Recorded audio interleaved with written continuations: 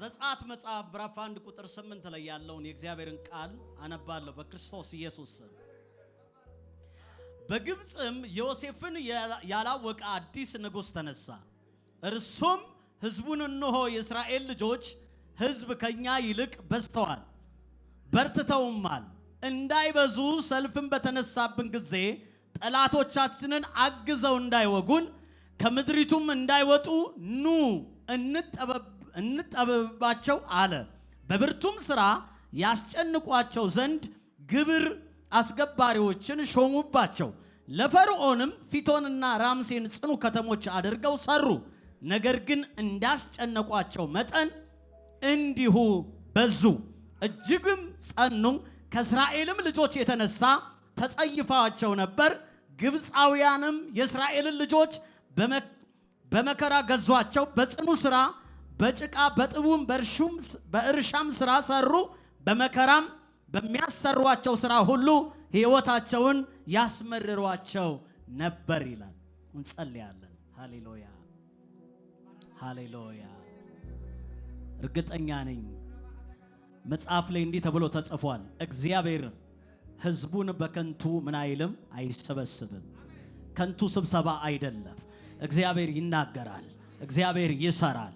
ዛሬ ለምታምን ወንድሜና እህቴ ሆይ መልእክት ይዤላችሁ መጥቻለሁ። እግዚአብሔር ተናግሮኛል። በእኔና በእናንተ ሕይወት ላይ የሚሰራ ሥራ አለ። የሰራዊት አምላክ ቅዱስ እግዚአብሔር ሆይ ቃሉን ላከ፣ ፈወሳቸው፣ ከመከራም ስጋት አዳናቸው ተብሎ እንደተጻፈ ቃል ፈውስ ነው። ቃል በረከት ነው። ቃል ይሄ ሰማይና ምድርን ካለመኖር ያመጣ ነው።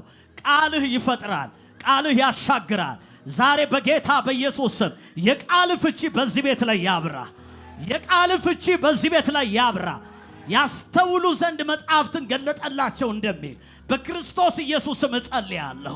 የሚያስተምረው ቅዱሱ መንፈስ ያስተምራቸው ዘንድ ቅዱሱ መንፈስ ሰጣቸው እንደሚል የሚያስተምረው መንፈስ በመካከላችን በኢየሱስ ስም ይንቀሳቀስ። የቃል ተቃዋሚ መናፍስቶች የተመቱ ይሆኑ፣ በክርስቶስ ኢየሱስ ስም የተመቱ ይሆኑ። በራሳችን ላይ በቤታችን ላይ 60 መቶም እንዳያፈራ ሊቋቋሙን የተመደቡ ሌሊቱ ላይ የተመደቡ የመከሩ ምክራቸው የፈረሰ ይሆን። እነዚህ በፈረስ እነኛ በሰረገላ ይታመናሉ፣ እኛ ግን በእግዚአብሔር ስም ከፍ ከፍ እንላለን ተብሎ እንደተጻፈ በኢየሱስ ስም ምክራቸው የፈረሰ ይሆን። መታመኛቸው የተመታ ይሆን። መንኮራኩራቸው የታሰረ ይሆን። በኢየሱስ ስም የታሰረ ይሆን። እጆቻቸውን ከፍ አድርጎ የጌታ መንፈስ እንደዚህ ይለኛል። ለብዙ ዘመን የታገላችሁ ነገር ይወድቃል። ለብዙ ዘመን የታገላችሁ ነገር ይወድቃል። እግዚአብሔር እየተናገረ ትንቢት እያለ በብዙ ነገር ውስጥ እንድታልፉ የፈርዖን ልቡን ያተነደነ ልክ እንደ ፈርዖን አትወጡም አትሻገሩም ያለ መከራ ያጸናባችሁ ዛሬ እግዚአብሔር ቃል ይዞ ወደዚህ ልኮኛል። ዛሬ በኢየሱስም ትገላገላላችሁ። ዛሬ ቀኑ ነው እያልኩህ ነው። ዛሬ ቀኑ ነው እያልኩሽ ነው። በኢየሱስም ይለቃችኋል፣ ይለቃችኋል፣ ይለቃችኋል፣ ይለቃችኋል። 2 ደቂቃ ከኔ ጋር እንጸልያለን። መንፈስ ስጡና ጸልዩ፣ ሕይወት ስጡበትና ጸልዩ።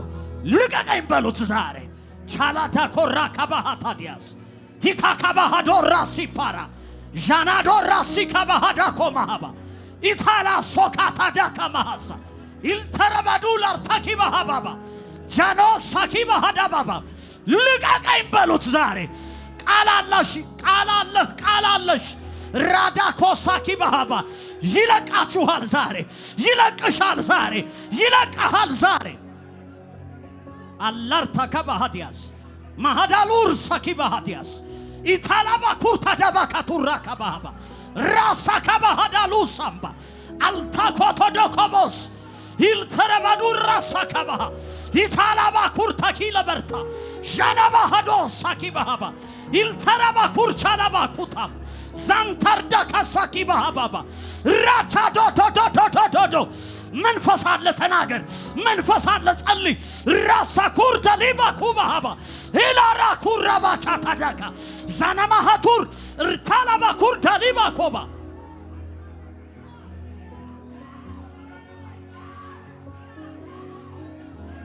ካርታ ከባስ ጃቶዶ ሶፖራባሽ ከባሃባ ራሳ ኩርታ ከራኪ ባሃዳ 2 ደቂቃ ኢየሱስ ያድናል። ኢየሱስ ያድናል። የሁላችሁ እግዚአብሔር ሕዝቦች ኢየሱስ ጌታ ይል አንተ ይላል መጽሐፍ መንፈስህን ትልካል። ምንህን ትልካል? እነርሱ ምን ይላሉ? ይፈጠራሉ። መንፈስ ይፈጥራል። እስኪ ጩሁና አሜን በሉስ። ምን ማለት ነው? አንድ ህይወት ላይ የሌለውን ነገር ይፈጥራል። ይውላችሁ ኢየሱስ ያድናል። እስኪ ጩሁና እስቲ አይታየም፣ ጣራ ነው ያለው፣ ግን ወደ ሰማይ ተመልከቱ። ለዚህ ሰማይ እስኪ ጩሁና አሜን በሉ። ሰማያት ይላል ቃሉ በመንፈሱ ምንን አገኙ? ጠዋት ተነስተ ሰልችቶህ ያውቃል? አስጠልቶህ ያውቃል? ይሄ ሰማይ ደበረኝ ብለህ ታውቃለህ? ምን ስላለበት? መንፈስ ውበት ስለሰጠው። እስኪ ጩሁና አሜን በሉ። ይኸውልህ ለዚህ ሰማይ ውበት የሰጠ ለቤት ውበት ይሰጠዋል፣ ለህይወት ውበት ይሰጠዋል። እስኪ መንፈስ ቅዱስ በሉ።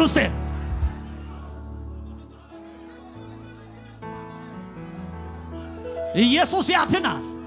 ኢየሱስ ያድናል።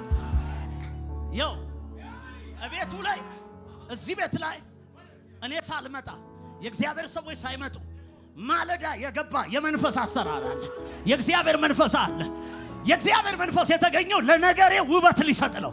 ለነገሩ ውበት ሊሰጥ ነው። እስኪ ጩሁና አሜን በሉስ። እግዚአብሔር እኔንና እናንተን የጠራን ይኸውላችሁ ይሄ ህዝብ የእግዚአብሔር ርስት ነው ተብሎ ነው የተጻፈው። አሁን እኔ ለእግዚአብሔር አይወላችሁ እስኪ ጩሁና አሜን በሉስ። እኔ በመሬት ካልቀለድኩ እግዚአብሔር በእኔ አይቀልድም። ለዚህ ነው ርስትህን ይላል መጽሐፍ ለማላገጫ አሳልፈ ምን አትልም አትሰጥም ይላል። አይሰጥህም በሉት። አጠገባችሁ ያለው ያዘው እግዚአብሔር በሉት። ለማላገጫ በሉት። አሳልፎ በሉት። አይሰጥህም በሉት። ዛሬ በሉት ያንተ የሆነው በሉት የሚለቀቅበት በሉት ቀን ነው በሉት። ስለዚህ እስቲ ሁሉ ሰው እየተናደደ ልቀቀኝ በል እባክህ።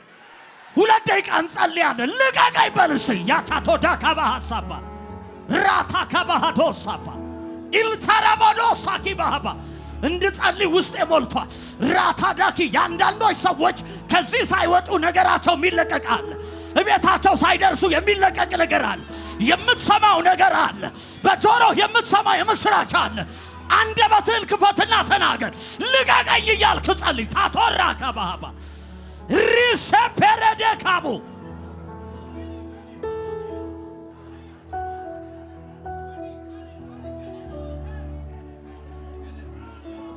ኢየሱስ ያድናል። ኢየሱስ ያድናል። እጆቻችሁን ከፍ አድርጉ። ጌታ ይባርካችሁ። ሁሉ ሰው ጸጥ ይበል። ተባረኩ። ወዳችኋለሁ። ሃሌሉያ። ከቤቱ ወዴትም እግሬ አይላወስ፣ በእግዚአብሔር ፊት ልውደቅ ጸሎቴ እስኪመለስ፣ በትዕግስት ልጠብቅ ባምባዬ ላይ ሆኜ ቢቆይም ይመጣል አይቀርም አዳኜ። ከቤቱ ወዴትም እግሬ አይላወስ፣ በእግዚአብሔር ፊት ልውደቅ ጸሎቴ እስኪመለስ፣ በትዕግስት ልጠብቅ ባምባዬ ላይ ሆኜ ቢቆይም ይመጣል አይቀርም አዳኜ። ዲያብሎስ በእልልታ ሰፈሩን ከቦታል፣ እግዚአብሔር ዝም ሲል የጣለን መስሎታል። ቢዘገይም ጌታ ቀን ቆጥሮ ይመጣል፣ የዲያብሎስ ዛቻ ዛሬ ይዋረዳል። ቢዘገይም ኢየሱስ ቀን ቆጥሮ ይመጣል፣ የዲያብሎስ ዛቻ ዛሬ ይወገዳል። እልፍ አላፍ መላእክት በፊቱ ይሰግዳሉ፣ መንፈስ ሙሽራውም ቶሎና ይላሉ። ችግር መከራችን ያኔ ይወገዳል፣ ያስለቀሰን ሰይጣን ወደ እሳት ይጣላል። ኢየሱስ ይመጣል፣ ረዳትሽ ይመጣል፣ ታሪክ ይለወጣል ሲመጣ። ኢየሱስ ይመጣል፣ አጋዥሽ ይመጣል፣ ታሪክ ይለወጣል ሲመጣ ተራራን ደልድሎ ስርጓጉጡን ንዶ ለምለም ሳሩን ሊያደርቅ ደረቅ ምድር አይቶ ሞቱ ያላበቃለት ያልኩትን ሊያስነሳ ኢየሱስ ይመጣል የይሁዳ አንበሳ ቻላዳ ካራካ ባህዲያስ ራካ ባህዳ ለባራባሻ ለባራባዲያላቦስ ወገኖቼ ሆይ ስለዚህ ፕሮግራም እየጸለይኩ እግዚአብሔር እንዲህ አለኝ ትበዛላችሁ ዛሬ ብቻህን ሊገልህ የፈለገ ሰይጣን ብቻህን የመከረብህ አጠፋዋለሁ ብሎ የተዛዛተ መብዛትህን ያያሉ ባንተ ላይ ኪዳን አለ ባንተ ላይ የእግዚአብሔር ክንድ አለ የተናገረህ የእውነት አምላክ ነው የተናገረሽ የእውነት አምላክ ነው አንድ ሰው ይጩህና እበዛለሁ ይበለኝ ለእግዚአብሔር ክብር ሰጥተን እንቀመጣለን ሃሌሉያ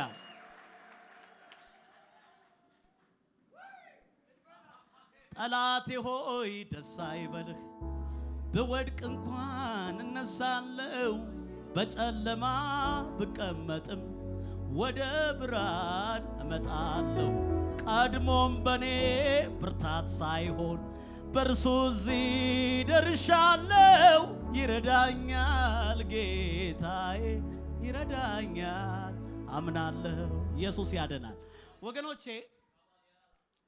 የዛሬው መልእክቴ ዘጸአት 1 ቁጥር 8 ጀምሮ ነው ዋናው መልእክት ቁጥር 12 ላይ ያለው ነው ትበዛላችሁ የሚል እግዚአብሔር የሰጠኝ መልእክት እሱ ብቻ ሳይሆን ይሄ ቃል አሁን እኔ ሳነበው ዘጸአት ህዝቡ 600,000 ደርሶ ነው እግዚአብሔር ዘፍጥረት 12 ላይ አብርሃምን ከኡር ከሜሶፖታሚያ ወይም ደግሞ ከከለዳውያን ምድር ወይም ደግሞ ከዚህ ከኢራቅ ሩቅ ምስራቅ አካባቢ ሲጠራው አንድ አብርሃምን የተጠራው አብርሃም አንድ ብቻውን የተጠራው ሚስቱ ሳራንስ ልጅ የላቸውም ታቃላችሁ ቃሉን ከዛ በኋላ ምንድነው የሆነው ተጠርቶ ከመጣ በኋላ እግዚአብሔር እኔ ወደማሳይህ ምድር ውጣ ሲለው አንደኛ እና አብርሃም ቤት የአብርሃም ቤት ታራን አባቱ ታራን ነው በአብርሃም ቤት የሚመለክ አማልክቶች አሉ ወደ 5 የሚደርሱ እነ ተሙዝ የተባሉ ስም ያላቸው ቅርጽ ያላቸው የሚመለክ የሚሰገድበት ቤት ነው አምላክ ያለበት ቤት ነው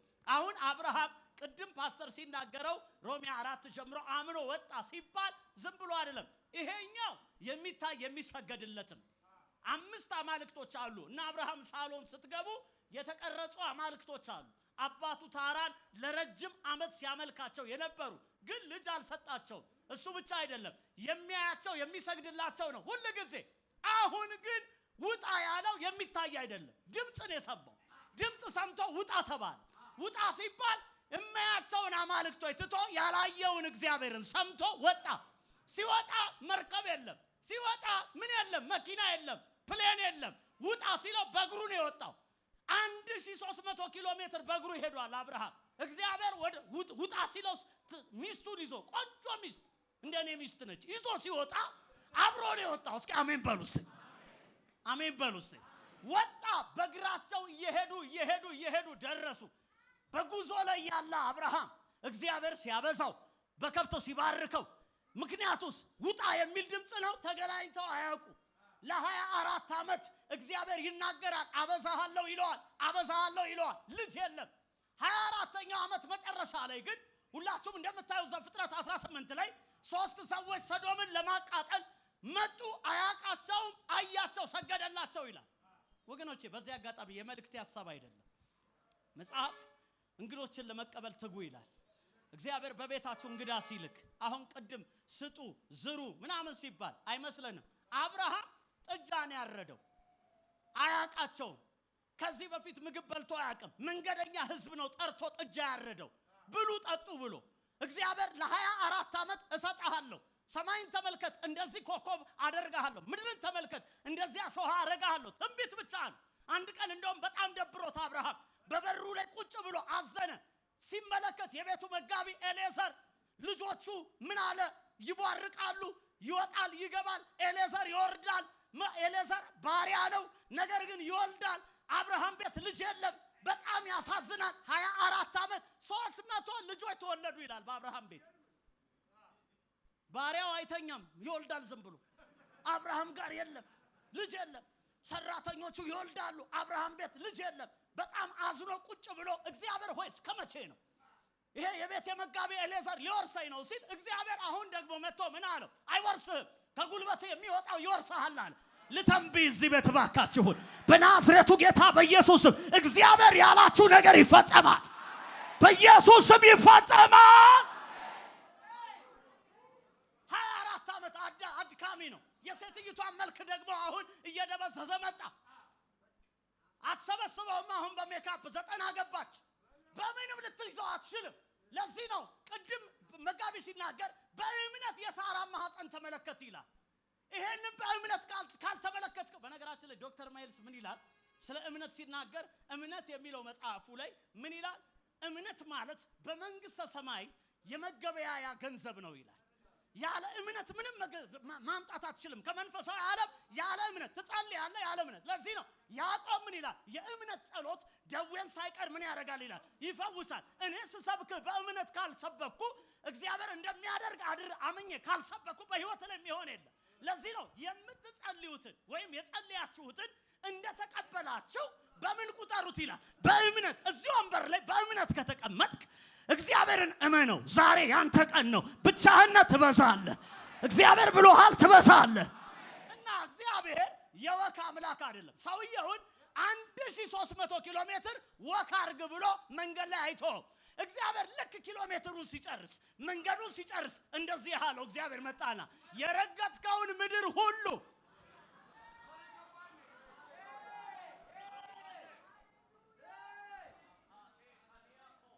ላንከራትተህ አይደለም አለው እግዚአብሔር።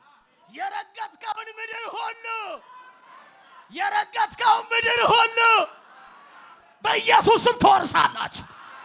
ምን ታረጋለህ አለው? ትወርሳለህ አለው። በኢየሱስም ዛሬ ነግራችኋል።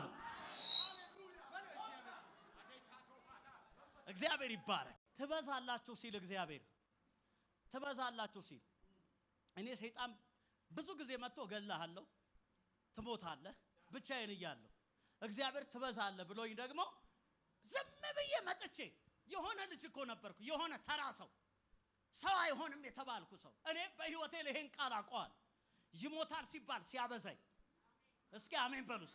ቤት ሲሰጠኝ አይቻለሁ። ዝም ብሎ ከትቦ ውስጥ ያወጣኝ ሰው እኮ ነኝ። ዝም ብሎ ከጎዳና ከጠንቋይ ቤት የሆነ ከመናፍስት ቤት ያወጣኝ ሰው ነኝ። እስኪ ጩሁና አሜን በሉስ። ሰው አይሆንም የተባለ ተስፋ የተቆረጠብኝ አዳማ ያውቃሉ። ሰይጣን እኔን ሲያይ እንደ በቃ ሞክሼ የሚለኝ አይነት ሰው፣ የመጨረሻ ተንኮለኛ የነበርኩ ሰው እኔን ቀይሮ እኔን አብዝቶ ለኔ ቤት ሰርቶ እዚህ ካቆመኝ ለምንድን ነው ይሄንን የምነግርህ? እንድስቅ እኮ አይደለም የምነግርህ። በላይፍ ተስፋ ቆርጠ ሊሆን ይችላል። እኔን የረዳ አንተን ይረዳሃል። እኔን ያገዛ አንተን ያግዛሃል። ጩሁና አሜን በሉ። ፋይናሊ 24 ዓመት ትንቢት ብቻ 99 ሆነ፣ እሷ 90 ሆነች። አሁን ተስፋ ተቆረጠ። አቋራጭ ገብቷል፣ አጋርጋ ገብቷል፣ የሆነ ቦታ ገብቷል። ምንም ነገር ተስፋ በተቆረጠበት 3 ሰዎች መጡ ይላል። ሰዎቹ የሆነ የምትጋብዘው ፊት አይደለም፣ ጥጃ የምታርድለት ፊት አይደለም። የተናደዱ ሰዎች ናቸው። ለምን? ከእግዚአብሔር ሚሽን ይዘው ሰዶምን አቃጥሉ የተባሉ ሰዎች ናቸው። ግብረ ሰዶም የሆነች ከተማ ሊያቃጥሉ የወጡ ሰዎች እየሳቁ የሚመጡ ይመስልሃል? ተቆጥተዋል። የእግዚአብሔርን ቁጣ ይዘው የመጡ ነው። ሰዶምና ጋሞራ በእግዚአብሔር ላይ አምጻለች። ስለዚህ ሊያቃጥሉ የመጡ ሰዎች ቁጣቸውን አብርዶ ጥጃ ብሉ ብሎ ቂጣ አስጋግሮ አድባር ስር ቁጭ አድርጎ በኢየሱስ ክርስቶስ እርጎ አለው ጌታ ይባረክ አለው። አጠገባችሁ ያለውን ሰው እስኪ እንደዚህ በሉት፣ እስቲ የተቀበልከው ጌታ አያሳፍርህም በሉት። የሆድ ጉዳይ አይደለም፣ ከውስጣቸው ትንቢት አስወጣ። ከበሉም ከጠጡ በኋላ ሳራ የታለች አለው። እስኪ ጩና አሜን በሉት። ምንድነው የታለ ሳራ አለው? ያው ለ24 ዓመት እግዚአብሔር ምን ዘመኑን አልነገረው፣ መቼ እንደሚወጣ አልተናገረው። እነዚህ ሰዎች ትቆሙና ሚስት ሳራ አሉት፣ የዛሬ ዓመት አሉት፣ በዚህ ጊዜ አሉት ወንድ ልጅ ትወልዳለች አሉት። እስኪ ጩና አሜን በሉት። በጣም ብዙ ሰው ለአሮጊት አምኗል። ብዙ ሰው አሮጊት እንደምትወልድ አምኗል። አሁን እዚህ ውስጥ ሁሉም ሰው ሳራ እንደወለደች አምኗል። ኤልሳቤጥ እንደወለደች አምኗል። ብዙ ሰው ሐና እንደወለደች አምኗል። ራሔል እንደወለደች አምኗል። በጣም ብዙ ሰው አምኗል። ለድንግልም አምኗል። ብዙ ሰው ማርያም እንደወለደች አምኗል። እና አንተ ቤት ሲመጣ እግዚአብሔር ጡረታ ወጥቷል። እግዚአብሔር ጄፒኤስ ሲመጣ ጡረታ ወጥቷል። እግዚአብሔር በላይ ቤት ሲመጣ ጡረታ ወጥቷል። ያ የአባቶቻችን አምላክ እግዚአብሔር እንዲህ በላቸው ብሎኛል። ትበዛላችሁ፣ ትበዛላችሁ፣ ትበዛላችሁ፣ ትበዛላችሁ። ኢየሱስ ያድናል። ኢየሱስ ያድናል። የሆነ ሰው እበዛለሁ ይበለኝ። ኢየሱስ ያድናል። እስኪ ጩሁና አሜን በሉ። በደንብ አሜን በሉ። አንዳንድ ሰው እግዚአብሔር አሜሪካ ወስደሃለሁ ይለዋል። አንዳንድ ሰው እግዚአብሔር አውሮፓ ወስደሃለሁ ይላል። መቼ ነው ይላል? መቼ ነው ይላል? እግዚአብሔር አንተ ቤት ሲመጣ አሁን እኛ ጋር የምናውቃት አንዲት እህት አለች። ሁላችሁም ታውቃላችሁ። የኤልሳ ቆሎ ባለቤት የኤልሳ ቆሎ ለውዙ ከአውስትራሊያ ነው እንደ መጣው። ገብሱ ከጃፓን ነው የመጣው። ከየት ነው የመጣው? ኦቾሎኒ ነው የሚባለው። እኛ ጋር ኦቾሎኒ ክፍለ ከተማ እዛ እንደዛ ነው። እስከን ተጭኖ ነው ከውጭ የመጣው። አገር ውስጥ ነው እኮ። ቆሎውን ለምንድን ነው ከዲንሾ ቆሎ የለየው? ቆሎውን ለምንድን ነው ከሌሎች ቆሎ የለየው? ድምጽ መጥቶበታል። በቆሎ ባርክሻለሁ ብሏታል። በቃሉ ባርክሻል።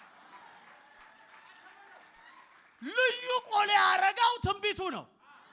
ልዩ ቆሎ ያረጋው ለሴትይቷ የተነገረው ኪዳን ነው። እስኪ ጩሁና አሜን በሉስ። አሁን ቆሎ አልሄድም ካላለ በስተቀር ያልገባበት አገር አለ ወይ? ለመጀመሪያ ቆሎ ኤክስፖርት ያደረገችው እኮ እሷ ነች። በጌታ ፍቅር ልጠይቃችሁ፣ ታምናላችሁ? የምናገርባችሁ እስኪ ጩሁና አሜን በሉስ። የማወራባችሁ ቃል ህይወት ያለው ቃል፣ መንፈስ ያለበት ቃል ነው። ይሄ ቃል ዛሬ እንደዚህ ትበዛላችሁ በል ብሎኛል። አጠገባችሁ ላለ ሰው ጠላት እያለ በሉት እስቲ፣ ሁኔታ እያለ በሉት እስቲ፣ ገዳይ እያለ በሉት እስቲ፣ ትበዛለህ በሉት።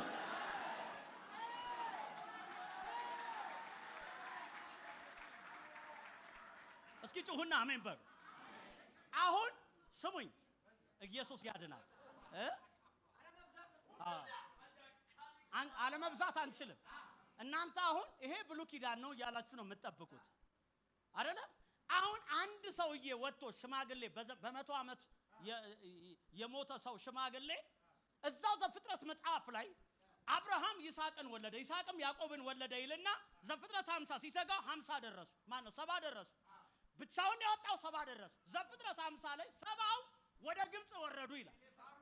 በምን ምክንያት? በዮሴፍ ህልም ምክንያት ነው የወረዱት። በረሃብ ምክንያት አይደለም። ምክንያቱም ዮሴፍ ቃል አለው። ምን የሚል? እግዚአብሔር አነግሳለሁ ብሎታል። በአሕዛብ ላይ ሊያነግስ። ንገሩት አጠገባቸው ያለው ሰው አይነግሱብህም በሉት፣ ትነግሳለህ በሉት። ፋይናሊ ግብጽ ተገባ። ግብጽ ከተገባ በኋላ አርዳኪላ ባህዳሎስ ይኸውላችሁ 70 ሆነው ገቡ። በዙ አልበዙም? እግዚአብሔር ይባረክ። ስንት ሰው? 70። ብቻውን የወጣው ስንት? ይዟትም የወጣችው አትወልድም ግን ስንት? 70። ዘፍጥረት 50 እንዲህ አለቀ። 70 በግብጽ ምድር ትንቢት ስላለ እየበዙ መጡ። ወንድ ብቻ ተቆጥሮ 600 ሺህ ደረሱ። ሴት ሳይቆጠር ስንት? 600 ሺህ። ሕፃን ሳይቆጠር ስንት? 600 ሺህ። እግዚአብሔር መጣ። ልክ አሁን ፈርዖን ፈራ። እነዚህ ከግብጽ ይልቅ በዙ ይላል። ስለዚህ ፈራ። እነዚህ ሰዎች ከጠላቶቻችን ጋር አብረው እንዳይወጉን ኑ እንጠበብባቸው፣ እናስጨንቃቸው። ለምን? ነገ የሆነ ነገር ምን ማለት ነው? እንዳይበዙ እንስራ ነው። ለዚህ ቀድሞ ጡብ የሚጠፈጥፈው የእስራኤል ሕዝብ ጡብ መጠፍጠፍ ማለት የጥበብ ስራ ነው የሚሰሩት። ግብጽን ያሳመሯት አይሁዶች ናቸው። የጥበብ ስራ እየሰሩ ባሉበት ጊዜ ጭድና ሌሎች አቅራቦት ከሩቅ ይመጣላቸዋል። አሁንስ ጭዱንም ሄደው ያምጡ፣ የሚያስፈልገውን ሄደው ያምጡ፣ በዛው ሰዓት በዛው ጊዜ እንደ ቀድሞ ያምርቱ የሚል ሕግ ከፈርዖን ወጣ። መከራ አበዛባቸው፣ አስጨነቃቸው። ከዛስ በኋላ ወንድ ደግሞ እንዳይተኛ ከሚስቱ ጋራ ወንድም ከተወለደ የግብፅ አዋላጆች የተወለደው ምን ይበሉት ይግደሉት የሚል አዋጅ መጣ እና ልጅ ወልደሽ ወንድ ልጅ ወልደሽ የወለድሽው ልጅ ይገደል የሚል አዋጅ በወጣበት እየበዙ ሄዱ ይላል።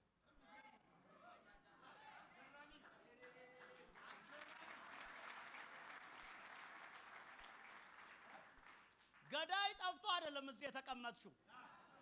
በገዳይ እጅ ማሳደግ ይችላል። አረ በጌታ ንገሩት አጠገባችሁ ላለው ሰው በገዳይ እጅ ማሳደግ ይችላል በሉት እስቲ። በጠላት እጅ መባረክ ይችላል በሉት እስቲ። ምን ባስጨነቋቸው መጠን ይላል። ነገር ግን ይልና ቁጥር 12 ባስጨነቋቸው መጠን ምን አረጉ? በዙ ይላል። ያስጨነቀህ ነገር አለ፣ አልዘረዝርልህም። አንተ ጭንቀትን ታውቃለህ ከእግዚአብሔር ጋር። በተጨነቃችሁበት ነገር ላይ፣ ግራ በተጋባችሁበት ነገር ላይ መልእክት ይዤ መጥቻለሁ። ያስጨነቀሽ እያለ ትበዣለሽ፣ ያስጨነቀ እያለ ትበዛለህ። የሰራዊት አምላክ እግዚአብሔር እንደዚህ ይላችኋል፣ ጭንቀቱም አለ ግን ትበዛለህ። ጭንቀቱም አለ ትንቢትም አለ። ኢየሱስ ያድናል። ሐዋርያት ሥራ ምዕራፍ 6 እንደዚህ ይላል። እስኪ አሜን በሉ። ሐዋርያት ሥራ ምዕራፍ 6 ደቀ መዛሙርቱም ይላል እየበዙ ሄዱ ይላል። አሁን ምንድነው አብርሃም ላይ ያለው ኪዳን ነው ያበዛቸው። ሰምታችኋል። በክርስቶስ በመሆነ ምን ሆነልህ? ጴንጤ ሆነ ምን ሆነልህ? ጴንጤ ሆነሽ ምን ሆነልሽ ይላል። እኔንም ብሎ ይሰለሚያቅ ይላል። አንተም ሊቆጠር ነው የምትፈልገው። እላይ ላይ ያለውን ኪዳን አታውቀው። አየህ አሁን እዚህ ቁጭ ብለሃል ጀፔስ፣ በተመሳሳይ ደግሞ ሰማይን ቁጭ ብለሃል። ይሄንን የፊዚክስ አስተማሪ አይገባው።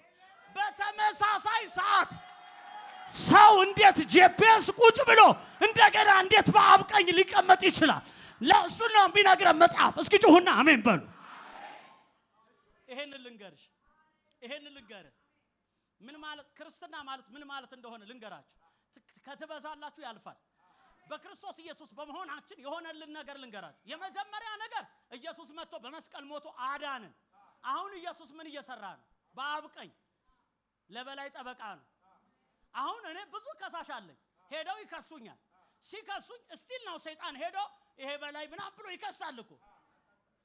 እውነት ውሸት ይከሳል። ልክ ሲከስ ጠበቃዬ ብድግ ይልና ይሄው ለበላይ የደማው እጄ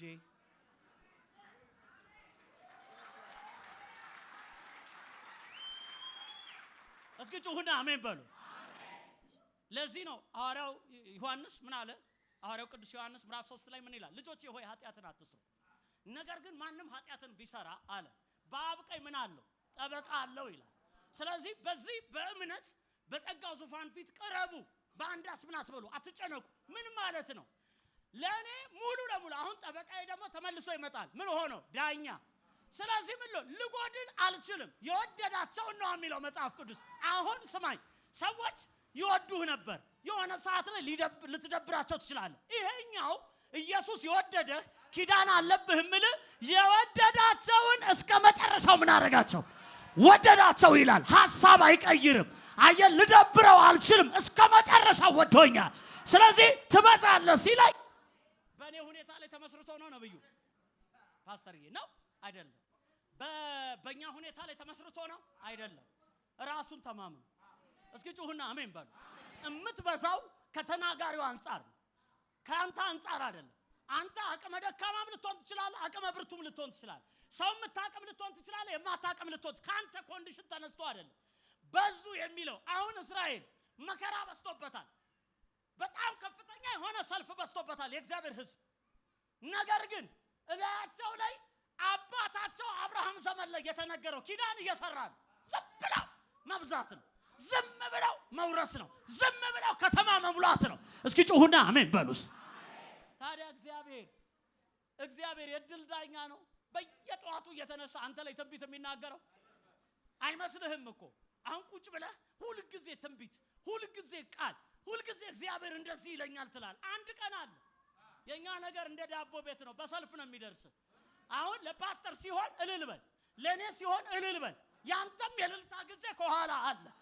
ተራህን ጠብቅ በሉት አጠገባችሁ ያለው ሰው። እግዚአብሔር ላንተ ከመስራቱ በፊት አንተን ነው የሚሰራው። ስለዚህ እግዚአብሔር እኔ ጋር ከመምጣቱ በፊት እኔን ነው የሚሰራኝ። የኔን ከመስጠቱ በፊት እኔን ነው የሚሰራው። አንዳንድ በመሰራት ዘመን ላይ ነው። አጠገባችሁ ያለው ሰው አንተን መጀመሪያ ይሰራሃል በሉት፣ ከዛ ለአንተ ይሰራል በሉት። በቃ ከዛ በተረፈ ይሄ ቃል ሳይፈጸም ቃሉ ያልፍ። እግዚአብሔር ትበዛላችሁ ሲል አበዛሻለሁ ሲል ይሄንን ቃል ከሚያጥፍ ይሄ ሰማይ ቢወድቅ ይቀለዋል፣ ይሄ ምድር ቢገለበጥ ይቀል። ለቃሉ ታማኝ ነው። በቤትሽ ላይ የተናገረው ነገር ይሆናል። የሆነ ሰው ያምናል የእግዚአብሔርን ቃል እበዛለሁ የሚል፣ ጠላቶቼ እያዩ እበዛለሁ የሚል፣ ፈርዖን እያለ እበዛለሁ የሚል። ፈርዖን የሰፈር ሰው አይደለም። ዙፋን እጁ ላይ ያለ ነው። ወታደር ያለ ነው። ሕገ መንግስት ያረቀቀ ነው። እንዳይበዙ ብሎ ትእዛዝ ያወጣ ነው። ገዳይ ነው። ወንዱ ይገደል ያለ ነው። በዚህ መሃል ነው፣ በአዋጅ መካከል ነው እነ ሙሴ የተወለዱት። ፋይናሊ ልንገራችሁ፣ ሲወጡ በስተው ነው። 70 ሆነው ገብተው 600 ሺህ ሰው ወጣ። የመጽሐፍ ቅዱስ አስተማሪዎች እንደውም ሙሉም ሲቆጠር 2 ሚሊዮን ይሆናል ይላል። 2 ሚሊዮን ሰው ነው ውሃ ቆሞለት የተሻገረው። እኔ ልተንብይባችሁ ዛሬ፣ እስኪ ጩሁና አሜን በሉ። ሰው የለኝም ብቻዬን ምናምን እያላችሁ አይደል? ቃል አላችሁ። ከሰው የሚበልጠው ቃል አላችሁ። ዘመድ የለኝም የሆነ ምናምን ትንቢት አላችሁ። ይሄ ትንቢት ይሄ የመጣው ቃል በሙሉ ተሰብስቦ ዛሬ ቀኑ ነው በል ብሎኛል። ትበዛላችሁ። ፋይናንስ ነው ይበዛል። ልጅ የለም፣ ሚስት የለም፣ ባል የለም፣ ተነግሮብህ የለ፣ እግዚአብሔር አደርጋለሁ ብሎ የለ፣ ይሰጣል። እስኪ ጩሁና አሜን በሉ። እስኪ ጩሁና አሜን በሉ። ይኸውልህ እግዚአብሔር ያለህ ነገር እስኪፈጸም ድረስ እስማኤል እርካታ አይሰጥም። እስማኤል በሰው ሐሳብ የመጣ ነው። የእግዚአብሔር ይስሐቅ ነው። ይስሐቅ ሲመጣ እቤቱ ላይ ሳቅ ነው የሆነው። በእስማኤል ጊዜ ሳቅ አልነበረም። ትበዛለህ ሲል አቋራጭ መንገድ አትጠብቀው። የተናገረ የተስፋን ቃል የሰጠ ምን ያለ ነው? የታመነ ነው። ዛሬም እነግራችኋለሁ እግዚአብሔር እንደዚህ ትበዛላችሁ። መጽሐፍ ቅዱስ ሲናገር ሐዋርያቶቹ እየበዙ ሄዱ ይላል። 12 ሰው ነው የመረጠው። 70 ሆኑ። 150 ሆነው እንደሚጸልዩ ቃሉ ይናገራል። በአንድ ቀን 3000 ሰው 5000 ሰው ዳነ። ምዕራፍ 11 ዮሐንስ ወንጌል ላይ ስትደርሱ ቁጥሩ አይታወቅም። በአልዓዛር ምክንያት ቢታንያ ጌታን የተቀበሉ ሰዎች እንዲህ ነው የተባለው፣ ብዙዎች በእርሱ አመኑ ነው የሚለው። እየበዙ መሄድ ነው። የኪዳን ሕዝብ በክርስቶስ ኢየሱስ የተቀበላችሁት ነገር ዘሩ የሚባዛ የሚበክን አይደለም። ስለ ጻድቅ የተጻፈው ለዚህ ነው። ጻድቅ እንደ ዘንባባ ምን ያደርጋል? ያፈራል ይላል። ዘንባባ ምንድን ነው? አንዷ የዘንባባ ነጠላ 5000 ነው የምታፈራው። አጠገባችሁ ያለውን ሰው አትቆጠርም በሉት፣ እንደዛ በሉት። እና ጻድቅ ምን እንደምን እንደ ዘንባባ ያፈራል፣ እንደ ሊባኖስ ዝግባ ስር ይሰዳል ይላል። ምን ማለት ነው? ባህር ዳር ሄዳችሁ የምታውቁ ከሆነ ባህር ዳር ብዙ ዝግባ አለ። ማን ነው? ብዙ ዘንባባ አለ። ዘንባባውን ወደቀ ስትሉት በንፋስ ሰዓት እንደዚህ ያጎነብሳል። ዘንባባ ያጎነብሳል እንጂ አይወድቅም። ለምን? ከመብቀሉ በፊት መጀመሪያ ስር ገብቷል። ስለዚህ አንዳንድ ጉዳይ ጠንከር ያለበት ስር እስክትሰድ ነው። ማፍራትህ ግን አይቀርም። መብዛትህ ግን ምን አይልም አይቀርም። ማንም የመጣው ንፋስ እንዳይጥልህ እግዚአብሔር ቁጭ አድርጎ ትንቢት ይሰጣል፣ ቃል ይሰጣል፣ መዝሙር ይሰጣል፣ ጸሎት ይሰጣል። ከዛስ በኋላ ንፋሱ ይመጣል። ታጎነብስ ይሆናል እንጂ አትወድቅም። ትንገዳገድ ይሆናል እንጂ አትወድቅም። ለምን? እዛ የምትወጣው ፍሬ በማንም የማይቆጠር ነው። እዚህ ቤት ትንቢት አለ ዛሬ። ኢየሱስ ጌታ ነው። ይኸውላችሁ ይሄ መጽሐፍ ቅዱስ አያልቅም። አሁን እኔ ያልቃለሁ እንጂ አያልቅም። ዋናው ነገር ዛሬ መልእክቱ ነው። ቃሉንም እኮ ታውቁታላችሁ። ኢየሱስ ክርስቶስ ጌታ። መልእክታችሁ ግን ዛሬ ትበዛላችሁ የሚል ሁለት ሰው ትንቢት ተናገሩበት። ለሁለት ሰው እንደዚህ በሉት፣ ጠላት እያየ ትበዛለህ በሉት። ድገሙና ዞር በሉና ለሁለት ሰው ራዳ ካባሃታ ዳላባሽ እስኪ ጩሁና አሜን በሉስ። ትበዛለህ ተባባሉስ። አዎ ይሄ ቃል 60 100 በቤታችሁ ላይ ያፈራል። በሚቀጥለው ጊዜ እስኪ ጩሁና አሜን በሉስ። እግዚአብሔር እንደዚህ ያለ በሚቀጥለው ዘመን ያዕቆብ ምን ይላል? ስር ይሰዳል። እስኪ ጩሁና አሜን በሉስ። ደግሞ ምን ያደርጋል? ይጨበጭባል፣ ያጨበጭባል ይላል። ከዛስ በፍሬውም የምድርን ፊት ምን ያደርጋል? ይሸፍናል፣ ይሞላል ይላል። የሆነ ሰው አለ ሆይ ይሄ ቃል የሚሰራበት? በኢየሱስም የመብዛት ዓመታችሁ ነው። የእጆቻችሁን ሥራ ይባርካል። ንግዳችሁን ይባርካል። ቢዝነሳችሁን ይባርካል። አገልግሎታችሁን ይባርካል። ያለ መብዛት አትችሉም። ኢየሱስ ያድናል። ትበዛለህ በሉት አጠገባችሁ ያለው ሰው። አረ ሃሌሉያ! እስቲ የሆነ ሰው እበዛለሁ ይበለኝ። ድገሙና እበዛለሁ በሉኝ። ጌታ እንደዚህ ተናገረ። ይሄን ብዬ እንጸልያለን። ይሄን ብዬ ጨርሳለሁ። ከዛ እንጸልያለን። ኢየሱስ ዮሐንስ ወንጌል ላይ እንደዚህ አላቸው። ደቀ መዛሙርቱ ሰበሰበና እንደዚህ አላቸው፣ ሌባ ሊያርድና ሊያጠፋ እንጂ ስለሌላ ምን አይልም አይመጣም። እኔ ግን አለና ሕይወት እንዲሆንላችሁ ከዛስ እንዲበዛ በሉታ አጠገባችሁ ያለው ሰው ምን አደረኩ? ራሱ ጌታ የመጣው ሕይወት እንዲበዛ በላይ እንዲበዛ አጠገባ የራሳችሁን ስም አስገቡ የናንተ እንድትበዙ እግዚአብሔር ራሱ ኢየሱስ የመጣው የኛ ነገር እንዲበዛ ነው።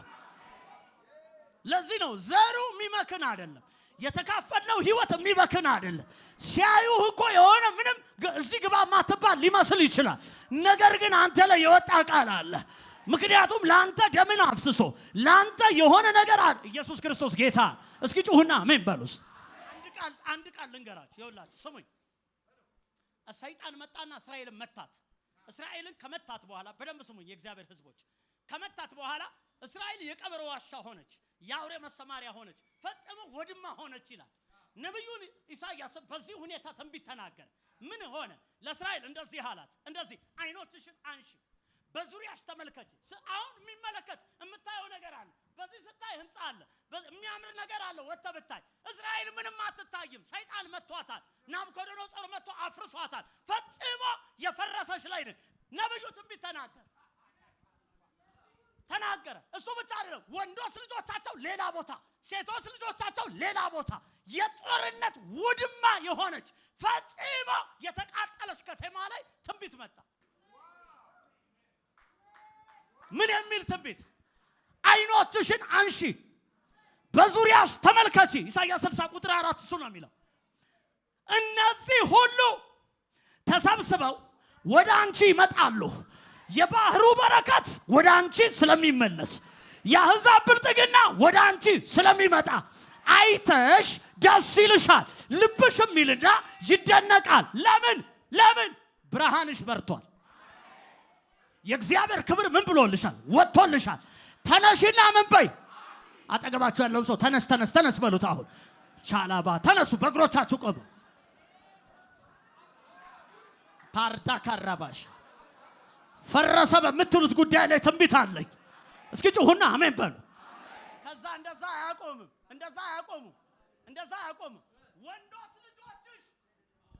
ወንዶች ልጆችሽ ከሩቅ ይመጣሉ። ሴቶች ልጆችሽን በጫንቃቸው ላይ ይሸከሟቸዋል። ደስታና ተድላ ይሆናል። ምን ማለት ነው? እንደገና ሰራሻለሁ፣ እንደገና አበጅሻለሁ፣ እንደገና አሰፋሻለሁ፣ እንደገና ቅጥርሽን እሰራለሁ።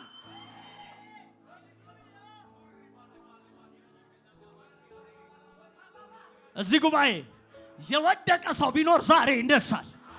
የፈረሰብኝ የምትለው ጉዳይ ላይ ትንቢት አለኝ ዛሬ። እግዚአብሔር እንደገና ያበዛሃል፣ እንደገና ይሰራሃል።